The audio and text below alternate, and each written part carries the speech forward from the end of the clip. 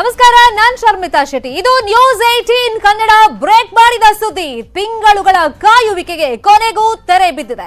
2 ವಾರದಲ್ಲಿ ಬಿಬಿಎಂಪಿ ಚುನಾವಣೆ ಘೋಷಣೆ ಮಾಡಲೇಬೇಕು ಅಂತ, 2 ವಾರದಲ್ಲಿ ನೋಟಿಫಿಕೇಶನ್ ಹೊರಡಿಸಲೇಬೇಕು ಅಂತ ಸುಪ್ರೀಂ ಕೋರ್ಟ್ನ ತ್ರಿಸದಸ್ಯ ಪೀಠ ಮಹತ್ವದ ಆದೇಶವನ್ನ ಕೊಟ್ಟಿದೆ. ಮಧ್ಯಪ್ರದೇಶದ ಪ್ರಕರಣವೊಂದರಲ್ಲಿ ಅರ್ಜಿ ವಿಚಾರಣೆ ಮಾಡಿದಂತ ಸಂದರ್ಭದಲ್ಲಿ ಎಲ್ಲೆಲ್ಲ ಕಾರ್ಪೊರೇಷನ್ ಅಲ್ಲಿ ಚುನಾವಣೆ ಆಗಿಲ್ಲ, ಹಾಗೆ ಖಾಲಿ ಇದೆ, ಅಲ್ಲೆಲ್ಲ ಚುನಾವಣೆ ಮಾಡಲೇಬೇಕು ಅಂತ ಸುಪ್ರೀಂ ಕೋರ್ಟ್ ಮಹತ್ವದ ಆದೇಶ ಕೊಟ್ಟಿದೆ. ಅಲ್ಲಿಗೆ ಬಿಬಿಎಂಪಿ ಚುನಾವಣೆಗೂ ಕೊನೆಗೂ ಮುಹೂರ್ತ ಫಿಕ್ಸ್ ಆಗಿದೆ. ಬೆಂಗಳೂರಿನ 198 ವಾರ್ಡ್ಗಳಿಗೆ ಚುನಾವಣೆ ನಡೆಸಬೇಕು ಅಂತ ಸುಪ್ರೀಂ ಕೋರ್ಟ್ನಿಂದ ಮಹತ್ವದ ಆದೇಶ ಹೊರಬಿದ್ದಿದೆ. ದೇಶದಾದ್ಯಂತ ಪಾಲಿಕೆ ಎಲೆಕ್ಷನ್ಗೆ ಸುಪ್ರೀಂ ಕೋರ್ಟ್ ಅಸ್ತು ಅಂತ ಹೇಳಿದೆ. ಸುಪ್ರೀಂನ ತ್ರಿಸದಸ್ಯ ಪೀಠದಿಂದ ಈ ಮಹತ್ವದ ತೀರ್ಪು ಹೊರಬಿದ್ದಿರೋದು. ಇನ್ನು ಒಬಿಸಿ ಮೀಸಲಾತಿ ಬಗ್ಗೆ ಚುನಾವಣೆ ವಿಳಂಬ ಆಗ್ತಾ ಇತ್ತು, ಡಿಲೇ ಆಗ್ತಾ ಇತ್ತು. ಅದ್ರ ಬಗ್ಗೆನೂ ಕೂಡ ಒಂದು ಸ್ಪಷ್ಟತೆಯನ್ನ ತನ್ನ ಆದೇಶದಲ್ಲಿ ಸುಪ್ರೀಂ ಕೋರ್ಟ್ ಕೊಟ್ಟಿದೆ. ಎಸ್ಸಿ ಎಸ್ಟಿ ಜನರಲ್ ಕೆಟಗರಿಯಲ್ಲೇ ಚುನಾವಣೆ ನಡೆಸಿ 2 ವಾರದಲ್ಲಿ ನೋಟಿಫಿಕೇಶನ್ ಹೊರಡಿಸಬೇಕು ಅಂತ ಸುಪ್ರೀಂ ಕೋರ್ಟ್ ಮಹತ್ವದ ಸೂಚನೆಯನ್ನ ಕೊಟ್ಟಿದೆ.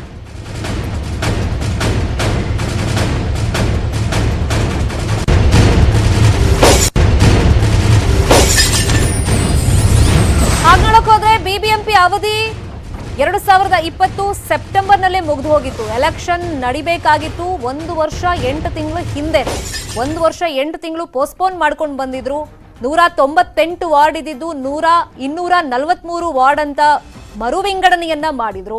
ಸೊ ಹಾಗಾಗಿ ಅದಕ್ಕೆ ಡಿಲೇ ಆಗಿತ್ತು. ಒಬಿಸಿ ವಿಷಯವಾಗಿ ಚುನಾವಣೆ ಯಾವಾಗ ನಡೆಸಬೇಕು ಏನು ಎತ್ತ ಆ ಪ್ರೊಸೀಜರ್ ವೈಸ್ ನಾವು ನೋಡ್ತಾ ಹೋದ್ರೆ ಡಿಲೇ ಆಗ್ತಾ ಇತ್ತು. ಮತ್ತೆ ಬಿಜೆಪಿದು ಒಂದು ಪ್ಲಾನ್ ಇದ್ದಿದ್ದು ಸಾರ್ವತ್ರಿಕ ಚುನಾವಣೆ ಆದ್ಮೇಲೆ ಬಿಬಿಎಂಪಿ ಎಲೆಕ್ಷನ್ ನಡೆಸೋಣ ಅಂತಾನು ಏನೋ ಪ್ಲಾನಿಂಗ್ ಅಲ್ಲಿ ಇದ್ರಂತೆ. ಬಟ್ ಕೋರ್ಟ್ ಈಗ ಸ್ಪಷ್ಟವಾಗಿ ಹೇಳಿದೆ 2 ವಾರದಲ್ಲಿ ಎಲೆಕ್ಷನ್ ನಡೆಸಬೇಕು ಅಂತ.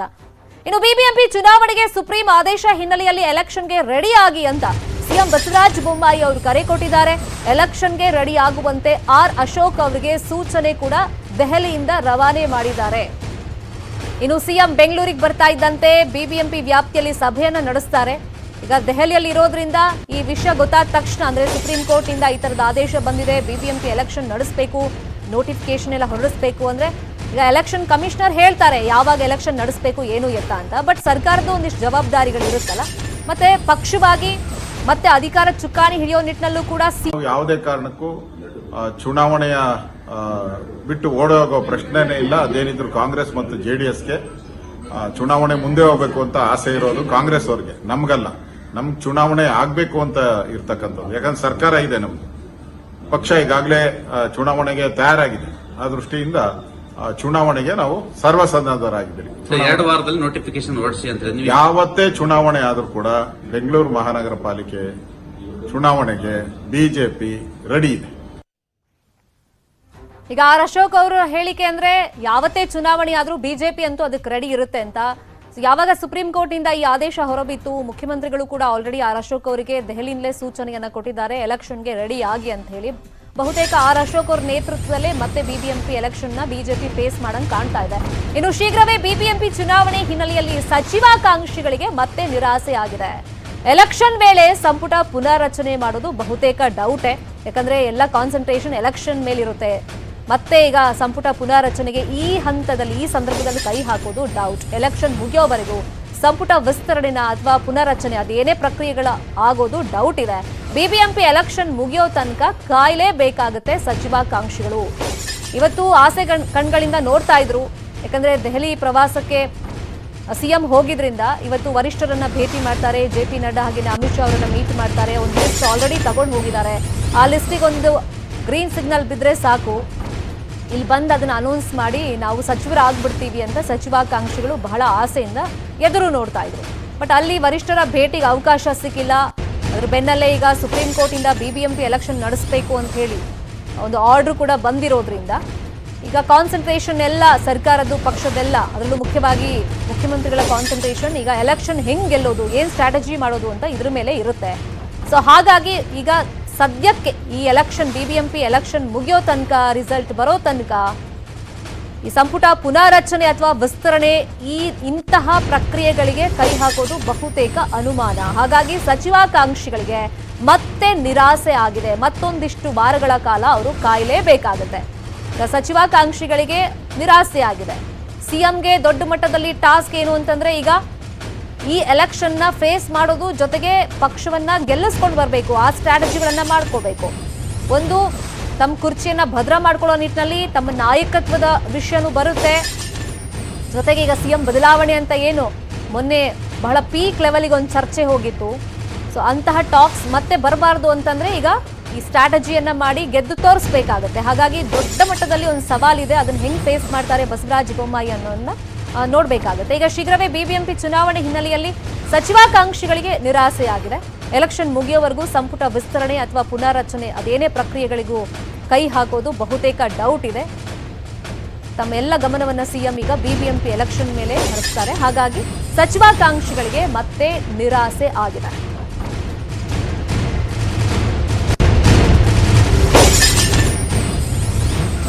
ಡಿಸೆಂಬರ್ ಹಂಗ್ ನೋಡೋಕೋದ್ರೆ ಈಗ ಮೊದಲೇ ಆಗ್ಬೇಕಾಗಿತ್ತು ಎಲೆಕ್ಷನ್. ಬಹುತೇಕ ಈ ಏಪ್ರಿಲ್ ಮೇನಲ್ಲಿ ಮಾಡ್ತಾರೆ ಅಂತ ಚರ್ಚೆಗಳಾಗ್ತಾ ಇತ್ತು. ಸೆಪ್ಟೆಂಬರ್ 2020ರಲ್ಲೇ ಅವಧಿ ಮುಗಿದು ಹೋಗ್ಬಿಟ್ಟಿದೆ. 1 ವರ್ಷ 8 ತಿಂಗಳಾಗಿದೆ ಎಲೆಕ್ಷನ್ ನಡೀದೇಲೆ. ಹಾಗೆ ಮುಂದೂಡ್ಕೊಂಡು ಬರ್ತಾ ಇದ್ರು. ಕಾರಣ ಕೇಳಿದ್ರೆ 198 ವಾರ್ಡ್ ಇದ್ದಿದ್ದು 243 ಅಂತ ವಿಂಗಡಣೆ ಮಾಡಿದ್ದು. ಜೊತೆಗೆ ಮೀಸಲಾತಿ ವಿಷಯವಾಗಿ ಪೋಸ್ಟ್ಪೋನ್ ಆಗ್ತಾ ಬರ್ತಾ ಇತ್ತು. ಹೈಕೋರ್ಟ್ ಕೂಡ ಹಿಂದೆ ಹೇಳಿತ್ತು, ಸೂಚನೆ ಕೊಟ್ಟಿತ್ತು.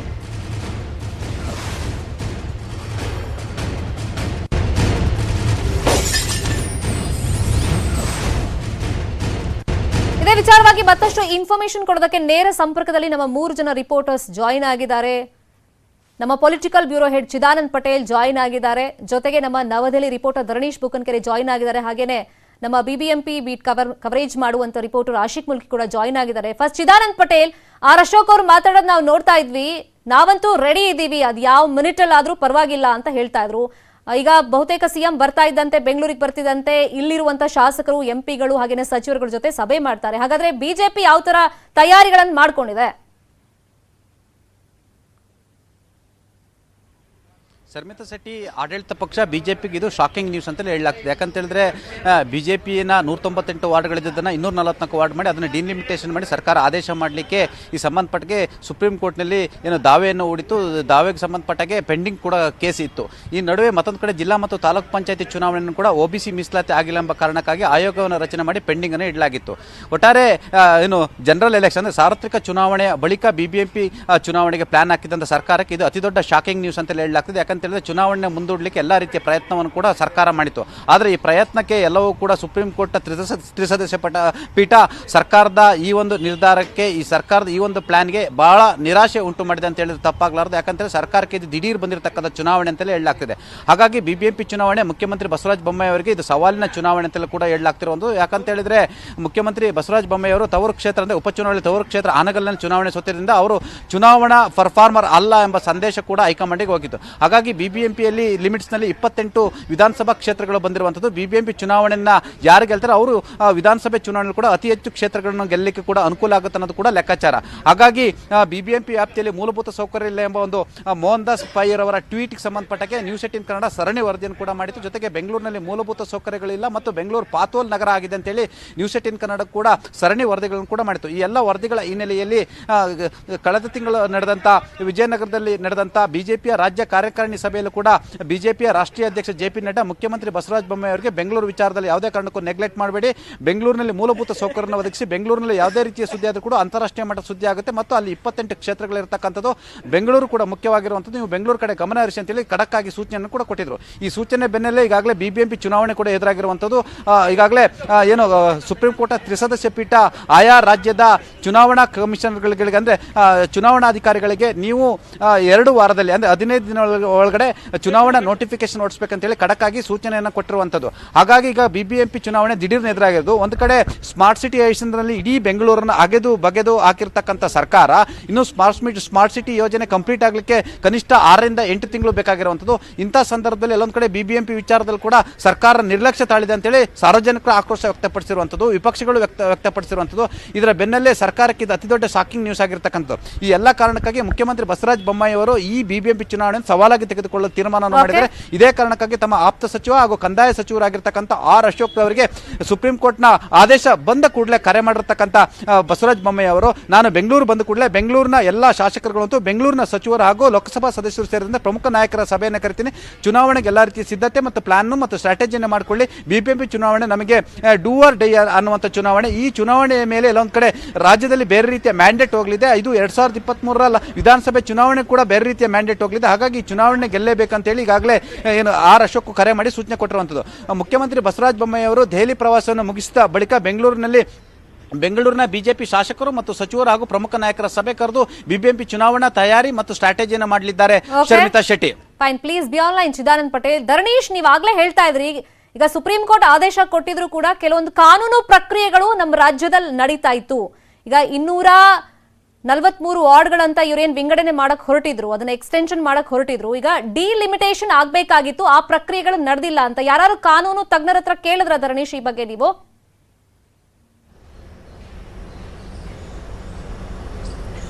ಈಗ ನೋಡಿ, ಸುಪ್ರೀಂ ಕೋರ್ಟ್ ಇವತ್ತು ಕೊಟ್ಟಿರುವಂಥ ಆದೇಶದಲ್ಲಿ ಬಹಳ ಕ್ಲಿಯರ್ ಆಗಿದೆ. 2 ವಾರದ ಒಳಗಡೆ ನೀವು ಈ ರಿಸರ್ವೇಷನ್ ಇಶ್ಯೂನ ಕ್ಲಿಯರ್ ಮಾಡಿ ಚುನಾವಣೆಯ ನೋಟಿಫಿಕೇಶನ್ ಮಾಡಿ ಅಂತೇಳಿ ಹೇಳಿದೆ. ಇದು ಈ ಮಧ್ಯಪ್ರದೇಶದ ಅಷ್ಟೇ ಅಲ್ಲದೆ ಬೇರೆ ರಾಜ್ಯಗಳಿಗೂ ಅನ್ವಯ ಆಗುತ್ತೆ ಅನ್ನುವಂಥ ಮಾತನ್ನು ಹೇಳಿದೆ. ಎಲ್ಲೆಲ್ಲಿ ಪೆಂಡಿಂಗ್ ಇದೆಯೋ ಆಯಾ ಚುನಾವಣೆಗಳನ್ನು 2 ವಾರದೊಳಗಡೆ ನೋಟಿಫಿಕೇಶನ್ ಓಡಿಸಬೇಕು ಅನ್ನುವಂಥ ಆದೇಶವನ್ನು ಸುಪ್ರೀಂ ಕೋರ್ಟ್ನ 3 ನ್ಯಾಯಮೂರ್ತಿಗಳ ಪೀಠ ಹೇಳಿದೆ. ಆದರೆ ಕರ್ನಾಟಕದ ವಿಷಯ ಸ್ವಲ್ಪ ಬೇರೆ ಥರದೇ ಇದೆ. ಈಗ ಫಾರ್ ಎಕ್ಸಾಂಪಲ್ ಕರ್ನಾಟಕದಲ್ಲಿ ವಾರ್ಡ್ಗಳನ್ನು ಹೆಚ್ಚು ಮಾಡಬೇಕು, 198ರಿಂದ 243 ವಾರ್ಡ್ಗಳು ಮಾಡಬೇಕು ಅಂತೇಳಿ ರಾಜ್ಯ ಸರ್ಕಾರ ಈ ನಿರ್ಧಾರವನ್ನು ತೆಗೆದುಕೊಂಡು ಅದಕ್ಕೆ ಒಂದು ಆ್ಯಕ್ಟನ್ನು ಪಾಸ್ ಮಾಡಿದೆ ರಾಜ್ಯ ವಿಧಾನಸಭೆಯಲ್ಲಿ. ಅದಕ್ಕೂ ಮೊದಲು ಒಂದು ಆರ್ಡಿನೆನ್ಸ್ ಕೂಡ ಮಾಡಿತ್ತು.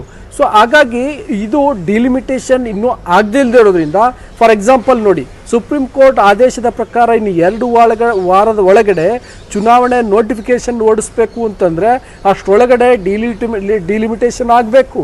ಅದಕ್ಕೆ ಅಬ್ಜೆಕ್ಷನ್ ಫೈಲ್ ಮಾಡೇ ಮಾಡ್ತಾರೆ ಯಾರಾದರೂ ಅಭ್ಯರ್ಥಿಗಳು. ಸೊ ಅದಕ್ಕೆ ಉತ್ತರವನ್ನು ಕೊಡಬೇಕು, ಸ್ಪಷ್ಟೀಕರಣವನ್ನು ಕೊಡಬೇಕು ಸರ್ಕಾರದ ವತಿಯಿಂದ. ಆ ಗೊಂದಲ ಬಗೆಹರಿಬೇಕು, ನಂತರದಲ್ಲಿ ಚುನಾವಣೆಗೆ ನೋಟಿಫಿಕೇಶನ್ ಆಗಬೇಕು. ಇದು ಸಹಜವಾಗಿ ಆಗುವಂತಹ ಒಂದು ಪ್ರಕ್ರಿಯೆ. ಆದರೆ 2 ವಾರದೊಳಗಡೆ ಇವೆಲ್ಲವೂ ಕೂಡ ಆಗೋದು ಬಹಳ ಕಷ್ಟ. ಹಾಗಾಗಿ ಸ್ಟಿಲ್ ಅಂದರೆ ಸುಪ್ರೀಂ ಕೋರ್ಟಿನ ಆದೇಶ ಹೊರಬಿದ್ದಿದ್ರೂ ಕೂಡ BBMPಯ ಚುನಾವಣೆ ಆಗುವುದು ಸ್ವಲ್ಪ ಮಟ್ಟಿಗೆ ಅನುಮಾನಾಸ್ಪದವಾಗೇ ಇದೆ. ರಾಜ್ಯ ಸರ್ಕಾರ ಈ ಸಂಬಂಧಪಟ್ಟಂತೆ ಕಾನೂನು ತಜ್ಞರಿಂದ ಮಾಹಿತಿಯನ್ನು ಪಡ್ಕೊಳ್ಬೇಕಾಗತ್ತೆ, ಅಭಿಪ್ರಾಯವನ್ನು ಸಂಗ್ರಹಿಸ್ಕೊಳ್ಬೇಕಾಗತ್ತೆ, ಸಂಬಂಧಪಟ್ಟಂಥವರಿಗೆ ಅದನ್ನು ತಿಳಿಸ್ಬೇಕಾಗತ್ತೆ. ಯಾಕೆಂದರೆ ಸುಪ್ರೀಂ ಕೋರ್ಟ್ನ ಆದೇಶ ಹೇಳಿರೋ ರೀತಿ ನಾವು ಈ ಸಂದರ್ಭದಲ್ಲಿ ಈ ಆದೇಶವನ್ನು ಪಾಲನೆ ಮಾಡಲಿಕ್ಕೆ ಸಾಧ್ಯ ಇಲ್ಲ ಅನ್ನುವಂಥದ್ದನ್ನು ತಿಳಿಸ್ಬೇಕಾಗತ್ತೆ. ಮತ್ತೊಂದು ಬಹಳ ಪ್ರಮುಖವಾದಂಥ ಸಂಗತಿ ಏನು ಶರ್ಮಿತಾ ಅಂತಂದರೆ, ಈಗ ಮಧ್ಯಪ್ರದೇಶದ ಸರ್ಕಾರಕ್ಕೆ ಸಂಬಂಧಪಟ್ಟಂತೆ ಸುಪ್ರೀಂ ಕೋರ್ಟ್ ಈ ಆದೇಶವನ್ನು ಹೊರಡಿಸಿದೆ. ಸಾಮಾನ್ಯವಾಗಿ ಈ ಥರದ ಪ್ರಕರಣಗಳು ಅಂದರೆ ಒಂದೇ ರೀತಿಯ ಒಂದೇ ಸ್ವರೂಪದ ಪ್ರಕರಣಗಳಿದ್ದರೆ ಅವೆಲ್ಲವನ್ನ ಕ್ಲಬ್ ಮಾಡಿ ವಿಚಾರಣೆಯನ್ನು ನಡೆಸುತ್ತೆ ಸುಪ್ರೀಂ ಕೋರ್ಟ್. ಫಾರ್ ಎಕ್ಸಾಂಪಲ್ ಹಿಜಾಬ್ ಬಗ್ಗೆ ಬಹಳ ಕೇಸ್ಗಳು ಬಂದಿದ್ವು. ಆದರೆ ಎಲ್ಲವನ್ನು ಕೂಡ ಒಂದು ಕ್ಲಬ್ ಮಾಡಿ ವಿಚಾರಣೆಯನ್ನು ನಡೆಸಬೇಕಾಗತ್ತೆ ಅಂತೇಳೋ ಕಾರಣಕ್ಕೋಸ್ಕರ ಪೆಂಡಿಂಗ್ಗೆ ಇಡಲಾಗಿದೆ. ಸೊ ಈ ರೀತಿ ಅಂದರೆ ಸ್ಥಳೀಯ ಸಂಸ್ಥೆಗಳ ಚುನಾವಣಾ ವಿಷಯಕ್ಕೆ ಸಂಬಂಧಪಟ್ಟಂತೆ ಬೇರೆ ಬೇರೆ ರಾಜ್ಯಗಳು ಬೇರೆ ಬೇರೆ ಸ್ಥಳೀಯ ಸಂಸ್ಥೆಗಳಿಗೆ ನಡೆಸಬೇಕಿರುವಂಥ ಚುನಾವಣೆಗಳಿಗೆ ವಿಚಾರಣೆಯನ್ನು ಕೈಗೆತ್ತಿಕೊಳ್ಬೇಕಾಗಿತ್ತು. ಸೊ ಕರ್ನಾಟಕವನ್ನು ಭಾಗಿದಾರರನ್ನಾಗಿ ಮಾಡ್ಕೊಳ್ಬೇಕಿತ್ತು ಸುಪ್ರೀಂ ಕೋರ್ಟ್. ಆದರೆ ಇವತ್ತಿನ ಆದೇಶದಲ್ಲಿ ಕರ್ನಾಟಕ ಸರ್ಕಾರದ ಪಾತ್ರ ಅಥವಾ BBMPಯ ಚುನಾವಣಾ ವಿಷಯ ಎಲ್ಲೂ ಕೂಡ ಉಲ್ಲೇಖ ಆಗಿಲ್ಲ. ಅವರು ಇನ್ ಜನರಲ್ ಮಧ್ಯಪ್ರದೇಶದ ಹೊರತಾಗಿ ಬೇರೆ ಕಡೆಗೂ ಕೂಡ ಇದು ಅಪ್ಲೈ ಆಗುತ್ತೆ ಅನ್ನುವಂಥ ಒಂದು ಸಾಲು ತೀರ್ಪಿನಲ್ಲಿ ಇರೋದ್ರಿಂದ ಈಗ ಈ ಚರ್ಚೆ ಆಗ್ತಿದೆ. ಬಟ್ ಇದನ್ನು ಕಾನೂನು ತಜ್ಞರು ಈ ಬಗ್ಗೆ ಸ್ಪಷ್ಟೀಕರಣವನ್ನು ನೀಡಬೇಕಾಗುತ್ತೆ. ನಂತರದಲ್ಲಿ BBMP ಚುನಾವಣೆ ಬಗ್ಗೆ ಒಂದು ಸ್ಪಷ್ಟ ಚಿತ್ರಣ ಸಿಗುತ್ತೆ. ಶರ್ಮಿತಾ, ಧರಣೀಶ್, ಆಶಿಕ್ ಮುಲ್ಕಿ ಮುಖ್ಯ ಆಯುಕ್ತರು ಹೊಸಬ್ರು ಬಂದಿದ್ದಾರೆ. ಈಗ ನೋಡಿದ್ರೆ ದಿಢೀರ್ ಅಂತ ಎಲೆಕ್ಷನ್ ನಡೆಸಬೇಕು ಅಂತ ಕೋರ್ಟ್ ಹೇಳಿದೆ. ಸೊ ದಿನನಿತ್ಯ ನೀವು ಆ ಬೀಟಲ್ ಕವರೇಜ್ ಮಾಡ್ತಾ ಇರ್ತೀರಾ. ಎಲೆಕ್ಷನ್ ನಡೆದಲೇ 1 ವರ್ಷ 8 ತಿಂಗಳು ಆಗಿದ್ರಿಂದ ಏನೆಲ್ಲ ಅಭಿವೃದ್ಧಿ ವಿಷಯವಾಗಿ ನೋಡಿದ್ರೆ ಹಿನ್ನಡೆ ಆಯ್ತು ಅನ್ಸುತ್ತೆ ಆಶಿಕ್?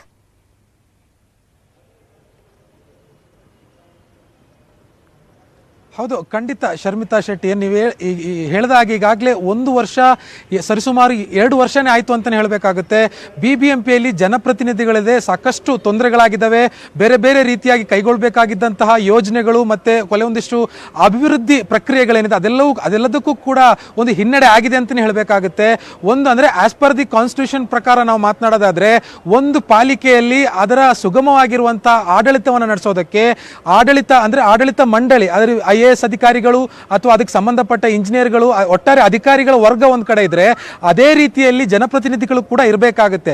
ಹೀಗಾಗಿ ಜನಪ್ರತಿನಿಧಿಗಳು ಇಲ್ಲದೆ 2 ವರ್ಷಗಳ ಕಾಲ ಬೆಂಗಳೂರಿನಲ್ಲಿ ಬೇರೆ ಬೇರೆ ರೀತಿಯಾಗಿರುವಂತಹ ಅಭಿವೃದ್ಧಿ ಆ ಕೆಲಸಗಳು ಕೈಗೊಂಡಿದ್ದಾರೆ. ಅದರಲ್ಲಿ ಒಂದಿಷ್ಟು ಮುಕ್ತಾಯ ಹಂತದಲ್ಲಿ ಬಂದಿದೆ, ಒಂದಿಷ್ಟು ಕ್ರಮಗಳು ಹೊಸದಾಗಿ ತೆಗೆದುಕೊಂಡಿದ್ರು ಕೂಡ ಅದನ್ನ ಇಂಪ್ಲಿಮೆಂಟ್ ಮಾಡೋದಕ್ಕೆ BBMPಗೆ ಸಾಧ್ಯ ಆಗಿರಲಿಲ್ಲ. ಅಂದ್ರೆ ನೇರವಾಗಿ ಜನರ ಸಮಸ್ಯೆ ಏನು ಅಂತ ಜನರ ಸಮಸ್ಯೆಯನ್ನ ಕೇಳೋರು, ಜನರ ಸಮಸ್ಯೆಗೆ ಕಿವಿಯಾಗುವಂತವರು ಪಾಲಿಕೆಯ ಕಾರ್ಪೊರೇಟರ್ಗಳು, ಅಂದ್ರೆ ಪಾಲಿಕೆಯ ಸದಸ್ಯರುಗಳು ಅವರು ಇಲ್ಲದೆ ಇರುವ ಕಾರಣಕ್ಕೆ ಜನರು ಮತ್ತೆ ಪಾಲಿಕೆಯ ಮಧ್ಯೆ ಒಂದು ಗ್ಯಾಪ್ ಉಂಟಾಗಿರೋದಂತೂ ಸತ್ಯ. ಈ ಗ್ಯಾಪ್ ಅನ್ನ ಫಿಲ್ ಮಾಡೋದಕ್ಕೆ ಈಗ ಅಂದ್ರೆ BBMP ಇಲೆಕ್ಷನ್ ನಡೆಯೋದಂತೂ ಬಹಳ ಮುಖ್ಯವಾಗಿ ನಡಿಲೇಬೇಕಾಗಿರುವಂತಹ ಒಂದು ಚುನಾವಣೆ. ಈಗಾಗಲೇ ಸುಪ್ರೀಂ ಕೋರ್ಟ್ ಮಧ್ಯಪ್ರದೇಶದಲ್ಲಿ ಕೊಟ್ಟಿರುವಂತಹ ಒಂದು ಸ್ಥಳೀಯ ಚುನಾವಣೆಗೆ ಆದೇಶ ಏನಿದೆ, ಆ ಆದೇಶದ ಪ್ರಕಾರ ಇಲ್ಲಿ BBMP ಚುನಾವಣೆ ನಡೆಸೋದಕ್ಕೆ ಬರೋದಿಲ್ಲ. ಅಂದ್ರೆ ಸುಪ್ರೀಂ ಕೋರ್ಟ್ ಪೀಠ ಹೇಳಿರೋ ಪ್ರಕಾರ ಅಂದ್ರೆ 3 ಮಧ್ಯಪ್ರದೇಶದಲ್ಲಿ ಇರುವಂತಹ SLP ನಂಬರೇ ಬೇರೆ ರೀತಿ ಇರುತ್ತೆ. ನಮ್ಮ ರಾಜ್ಯದ ಅಂದ್ರೆ ಬೆಂಗಳೂರಿನ ಈ ಒಂದು ಪ್ರಕರಣಕ್ಕೆ, ಬೆಂಗಳೂರಿನ ಈಗಾಗಲೇ ಒಂದು ಅರ್ಜಿ ಕೂಡ ಸುಪ್ರೀಂ ಕೋರ್ಟ್ನಲ್ಲಿ ಇರೋ ಕಾರಣಕ್ಕೆ ಆ ಒಂದು ಪ್ರಕರಣದ SLP ನಂಬರ್ ಕೂಡ ಈಗಾಗಲೇ ಬೇರೆ ಇರೋ ಕಾರಣಕ್ಕೆ ಎರಡೂ ಚುನಾವಣೆಯನ್ನು ಕೂಡ ಇದೇ ರೀತಿ ನಾವು ಮಾಡೋದಕ್ಕೆ ಬರಲ್ಲ ಅನ್ನುವಂಥ ಒಂದು ಅಭಿಪ್ರಾಯ ಒಂದು ತಜ್ಞರ ವಲಯದಲ್ಲಿ ವ್ಯಕ್ತವಾಗ್ತಾ ಇರುವಂಥದ್ದು. ಇದೇ ತಿಂಗಳ 21ನೇ ತಾರೀಕಿಗೆ ಮತ್ತೆ ಸುಪ್ರೀಂ ಕೋರ್ಟ್ನಲ್ಲಿ ಬೆಂಗಳೂರಿನ ಅಂದ್ರೆ ಮಾಜಿ ವಿರೋಧ ಪಕ್ಷದ ನಾಯಕರುಗಳು ಸಲ್ಲಿಸಿರುವಂತಹ ಒಂದು ಪೆಟಿಷನ್ ಏನಿದೆ ಅದು ಒಂದು ಆಹ್ವಾನಕ್ಕೆ ಬರ್ತಾ ಇದೆ. ಅಲ್ಲಿ ಯಾವ ರೀತಿಯಾದಂತಹ ತೀರ್ಮಾನವನ್ನ ಸುಪ್ರೀಂ ಕೋರ್ಟ್ ತೆಗೆದುಕೊಳ್ಳುತ್ತೆ, ಅದರ ಮೇಲೆ BBMP ಚುನಾವಣೆ ನಡೆಯುತ್ತೋ ಶೀಘ್ರವೇ ನಡೆಯಲ್ಲ ಅನ್ನುವಂತ ಒಂದು ನಿರ್ಧಾರ ಒಂದು ನಿಗದಿಯಾಗಿರುವಂತದ್ದು. ಶರ್ಮಿತಾ, ನೋಡೋಣ, ಈಗ ಕಾನೂನು ತಜ್ಞರನ್ನು ಮಾತಾಡಿಸೋ ಪ್ರಯತ್ನ ಮಾಡೋಣ ನಾವು. ಈ ತೀರ್ಪಿನಲ್ಲಿ ಬೆಂಗಳೂರು ಇನ್ಕ್ಲೂಡ್ ಆಗುತ್ತಾ BBMP ಇಲ್ವಾ ಅಂತ. ಥ್ಯಾಂಕ್ ಯು ಸೋ ಮಚ್ ಈ ಕ್ಷಣದ ಅಪ್ಡೇಟ್ ಕೊಡೋದಕ್ಕೆ ಆಶಿಕ್ ಮುಲ್ಕಿ, ಧರಣೇಶ್ ಹಾಗೆ ಚಿದಾನಂದ್ ಪಟೇಲ್. Thank you. ಮತ್ತಷ್ಟು ಸುದ್ದಿ ನೋಡೋಣ ಬ್ರೇಕ್ ಆದ್ಮೇಲೆ.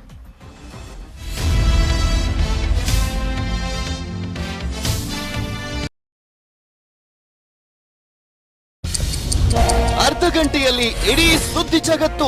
नए भारत के सामर्थ्य का संदेश भी दे दिया. ರಾಜ್ಯ, ರಾಷ್ಟ್ರ, ಅಂತಾರಾಷ್ಟ್ರೀಯ ಸುದ್ದಿಗಳ ಸಂಪೂರ್ಣ ಚಿತ್ರಣ. ಕರ್ನಾಟಕ ಜನರಿಗೆ ಅನ್ಯಾಯ ಮಾಡ್ತಾ ಇದ್ದಾರೆ, ದ್ರೋಹ ಮಾಡ್ತಕ್ಕಂಥ ಕೆಲಸ ದಿನದ ಪ್ರಮುಖ ವಿದ್ಯಮಾನಗಳ ಸಮಗ್ರ ಸುದ್ದಿಬಿಂಬ. ಅಗ್ರ ರಾಷ್ಟ್ರೀಯ ವಾರ್ತೆ ಪವರ್ಡ್ ಬೈ ಅಮೃತ್ ನೋನಿ. ಕಳ್ಳು ಹೊಡೆದವರಿಗೆ ಇದೆಂಥ ಓಲೈಕೆ. ಹುಬ್ಬಳ್ಳಿ ಗಲಭೆ ಪ್ರಕರಣದ ಆರೋಪಿಗಳಿಗೆ ಸಹಾಯ ಹಸ್ತಾನ. ಕಲ್ಲು ಹೊಡೆದೋರ ಕರ್ಣನಾಗೋಕೆ ಹೊರಟಿದ್ದ ಜಮೀರ್. ಪ್ರತಿ ಕುಟುಂಬಕ್ಕೆ ತಲಾ 5,000 ರೂಪಾಯಿ ಹಣ.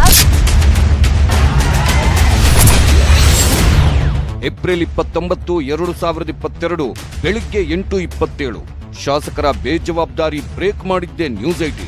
ಇವ್ರಿಗೆ ತಾಕತ್ತಿದ್ರೆ ಇವರು ಜಮೀರ್ ಅವ್ರನ್ನ ಹೊರಗೆ ಹಾಕ್ಬೋದು ಪಾರ್ಟಿಯಿಂದ. ನ್ಯೂಸ್18 ಮೆಗಾ ವರದಿಯ ಸಂಚಲನ. ಕಮಲ ಕಿಡಿ, ಕಾಂಗ್ರೆಸ್ ಕಂಗಾಲು. ಯಾರೋ ಕೊಟ್ಟರೆ ಅದಕ್ಕೆಲ್ಲ ನಾನು ರಿಯಾಕ್ಟ್ ಮಾಡ್ತಾ ಕೂತ್ಕೊಳ್ಳ.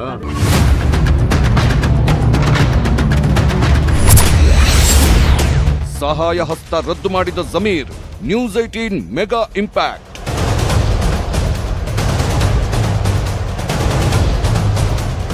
ಮೆಕ್ಕಾದಲ್ಲಿ ಪ್ರವಾಸದಲ್ಲಿದ್ದಂತಹ ಜಮೀರ್ ಅಹ್ಮದ್ ಖಾನ್ ತಮ್ಮ ಆಪ್ತರಿಗೆ ಕರೆಯನ್ನ ಮಾಡಿ ಕೂಡಲೇ ಈ ಕಾರ್ಯಕ್ರಮವನ್ನು ರದ್ದು ಮಾಡಿ ಅಂತ. ಕಿಡಿಗೇಡಿಗಳಿಗಿಲ್ಲ ಕಾಸು. News18 big impact. ನ್ಯೂಸ್18 ಕನ್ನಡದ ಸೂಪರ್ ಎಕ್ಸ್ಕ್ಲೂಸಿವ್, ಪ್ರತಿಯೊಬ್ಬ ಪೋಷಕರು ನೋಡಲೇಬೇಕಾದಂತಹ ಸ್ಟೋರಿ. BE MBA ಪದವೀಧರ, ಆಧ್ಯಾತ್ಮದತ್ತ ಒಲವು. ಬೆಂಗಳೂರಿನಲ್ಲೊಂದು ಮನ ಕಲಕುವ ಪೋಷಕರ ಕಥೆ ಇದೆ.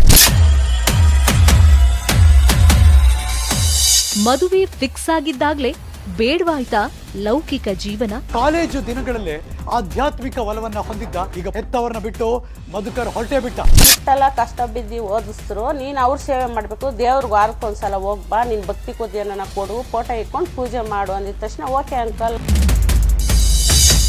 ಮಧುಕರ್ಗಾಗಿ ಕೂಗಿದ ಕರುಳು. ನ್ಯೂಸ್ 18 ಮೆಗಾ ಮಾನವೀಯ ವರದಿ.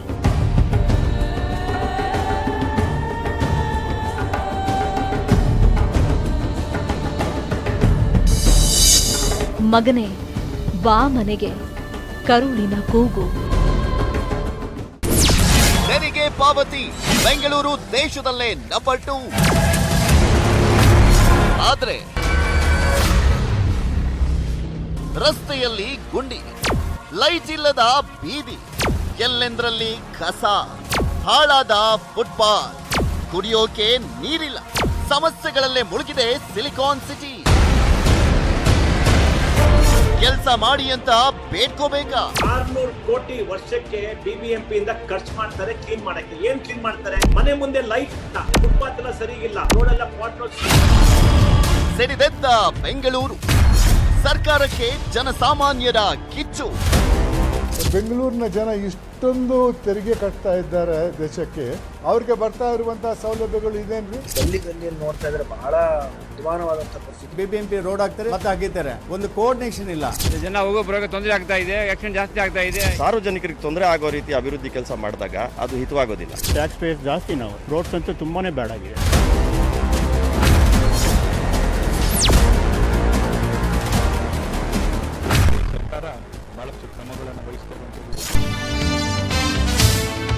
Welcome back. ಬಿಬಿಎಂಪಿ ಚುನಾವಣೆಗೆ ಜೆಡಿಎಸ್ ಪಕ್ಷ ಸಿದ್ಧವಿದೆ ಅಂತ ಕೋಲಾರದಲ್ಲಿ ಮಾಜಿ ಸಿಎಂ ಕುಮಾರಸ್ವಾಮಿ ಹೇಳಿಕೆಯನ್ನ ಕೊಟ್ಟಿದ್ದಾರೆ. ವಿಧಾನಸಭೆ ಚುನಾವಣೆಗೂ ಮೊದಲು ಮಾಡ್ತಾರಾ? ಫಸ್ಟ್ ಅದನ್ನ ನೋಡೋಣ. ವಿಧಾನಸಭೆ ಚುನಾವಣೆಗೂ ಮುನ್ನ ಅವ್ರು ಮಾಡ್ತಾರಾ ಅಥವಾ ನಂತರ ಬಿಬಿಎಂಪಿ ಎಲೆಕ್ಷನ್ ಮಾಡ್ತಾರಾ? ಅದ್ರ ಬಗ್ಗೆ ಗೊಂದಲಗಳಿದೆ, ನೋಡೋಣ. ಈಗ ಆಲ್ರೆಡಿ ಬೇರೆ ಬೇರೆ ರೀತಿ ಸಬೂಬುಗಳನ್ನ ಕೊಟ್ಕೊಂಡು ಇವ್ರು ಪೋಸ್ಟ್ಪೋನ್ ಮಾಡ್ಕೊಂಡು ಬಂದಿದ್ದಾರೆ. ಈ ಕೋರ್ಟ್ ಹೇಳಿದೆ ಸರಿ, ಇಲ್ಲೂ ಏನಾದರೂ ಇವ್ರು ಹುಡುಕಿ ಮತ್ತೆ ಪೋಸ್ಟ್ಪೋನ್ ಮಾಡೋಕ್ಕೆ ಟ್ರೈ ಮಾಡ್ತಾರೆ. ಬಟ್ ಎಲೆಕ್ಷನ್ಗೆ ಜೆಡಿಎಸ್ ಅಂತೂ ಸಿದ್ಧವಿದೆ ಅನ್ನೋ ಮಾತು ಕುಮಾರಸ್ವಾಮಿ ಅವರು. ಈಗ ಸರ್ಕಾರ ಚುನಾವಣೆ ನಡೆಸಿದ್ರೆ ಜೆಡಿಎಸ್ ಸಿದ್ಧವಿದೆ ಅಂತ ಹೇಳಿದ್ರು. ಡಿಪೆಂಡ್ ಆಗಿದೆ. ಮೊದಲು ಮಾಡ್ತಾರೋ ವಿಧಾನಸಭೆ ಮೊದಲು ಮಾಡ್ತಾರೋ ಗೊತ್ತಿಲ್ವಲ್ಲ, ಅದರ ಮೇಲೆ ಡಿಪೆಂಡ್ ಆಗಿದೆ. ಸುಪ್ರೀಂ ಕೋರ್ಟು ಮಾಡಿ ಅಂತ ಹೇಳಿದ್ದಾರೆ, ಬಟ್ ಸರ್ಕಾರ ಏನು ತೀರ್ಮಾನ ಮಾಡ್ತಾರೆ ನೋಡೋಣ. ರೆಡಿ ನೋಡೋಣ, ತಯಾರಿದ್ರೆ ತಯಾರಾಗಲಿ ಚುನಾವಣೆಗೆ. ಯಾಕೆಂದರೆ ಇಲ್ಲಿವರೆಗೆ ಹಲವಾರು ಸಬೂಬುಗಳನ್ನು ಹೇಳ್ಕೊಂಡು ಮುಂದುವರ್ಸ್ಕೊಂಡು ಬಂದಿದ್ದಾರೆ, ಚುನಾವಣೆ ನಡೆಸ್ತಾ ಮುಂದಕ್ಕೆ ಹಾಕೊಂಡು ಬಂದಿದ್ದಾರೆ.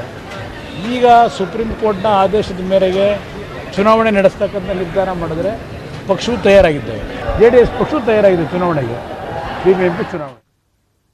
ಈಗಿರುವಂತ ಗೊಂದಲಗಳು, ಪ್ರಶ್ನೆ ಅದೇ ಕುತೂಹಲ. ಈಗ ಮಧ್ಯಪ್ರದೇಶದ ಒಂದು ಪ್ರಕರಣದಲ್ಲಿ ಸುಪ್ರೀಂ ಕೋರ್ಟ್ನ ತ್ರಿಸದಸ್ಯ ಪೀಠ ಎಲ್ಲ ರಾಜ್ಯಗಳಿಗೂ ಕೇಂದ್ರಾಡಳಿತ ಪ್ರದೇಶಗಳಿಗೂ ಇದು ಅನ್ವಯ ಆಗುತ್ತೆ. ಖಾಲಿ ಎಲ್ಲೆಲ್ಲ ಇದೆ ಲೋಕಲ್ ಅಂದ್ರೆ ಕಾರ್ಪೊರೇಷನ್ ಅಲ್ಲೆಲ್ಲ ನಡೆಸಬೇಕು ಚುನಾವಣೆ ಅಂತ. ಆದ್ರೆ ಕರ್ನಾಟಕದ ಪರಿಸ್ಥಿತಿ, ಇಲ್ಲಿನ ಸ್ಥಿತಿಗತಿ ಬೇರೆ ಇರೋದ್ರಿಂದ ಈಗ ಕಾನೂನು ಪಂಡಿತರು ಇದ್ರ ಬಗ್ಗೆ ಒಂದು ಕ್ಲಾರಿಫಿಕೇಶನ್ ಅನ್ನ ಕೊಡಬೇಕಾಗುತ್ತೆ. ಎಲ್ಲವೂ ಅಂದ್ಕೊಂಡಂತೆ ಆದ್ರೆ ಇನ್ನು 2 ವಾರದಲ್ಲಿ ನೋಟಿಫಿಕೇಶನ್ ಹೊರಡಿಸಿ ಎಲೆಕ್ಷನ್ ಡೇಟ್ ಅನೌನ್ಸ್ ಮಾಡಬೇಕಾಗುತ್ತೆ. ಇಲ್ಲ ಕೆಲವೊಂದು ನ್ಯೂನ್ಯತೆಗಳಿದೆ, ಮತ್ತೆ ಕಾನೂನು ರೀತಿಯಲ್ಲಿ ಹೋರಾಟ ಮಾಡಬೇಕು ಅಂತಂದ್ರೆ ಮತ್ತೊಂದಿಷ್ಟು ತಿಂಗಳುಗಳ ಕಾಲ ಪೋಸ್ಟ್ಪೋನ್ ಅಂತೂ ಆಗೇ ಆಗುತ್ತೆ. ನೋಡೋಣ ಎಲೆಕ್ಷನ್ ಕಮಿಷನ್ ಮತ್ತೆ ಕಾನೂನು ಪಂಡಿತರು ಇದ್ರ ಬಗ್ಗೆ ಏನೇನು ಅವ್ರ ಒಪಿನಿಯನ್ ವ್ಯಕ್ತಪಡಿಸ್ತಾರೆ ಅಂತ.